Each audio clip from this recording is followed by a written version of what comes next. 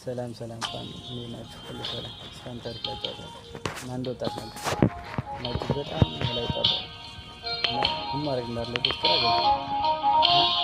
እና ወደ ቤተክርስቲያን ጸሎት ማድረግ ይጀምራል።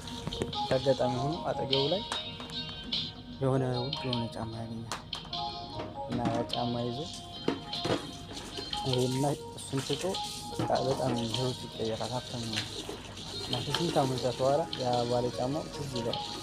ይሄድና ወደ ቤተክርስቲያን በአጋጣሚ ነው ሰው ያገኘዋል። ሰላም ጤና ይስጥልኝ።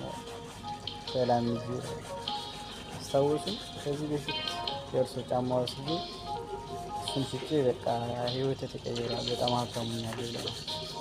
እሱም እንዴ ደስ ይላል ምናምን ልጁን በነገረን አይ በቃ ጥፋተኝነት ስለተሰማ ይቅርታ ጠይቆት ነው የመጣሁት ይላል።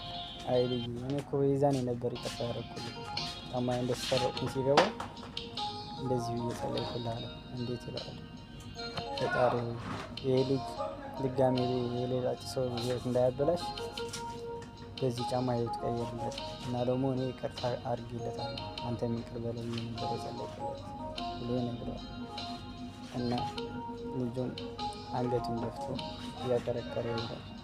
ከተመቻችሁ ሰብስክራይብ እያደረጋችሁ እናወዳችኋለን።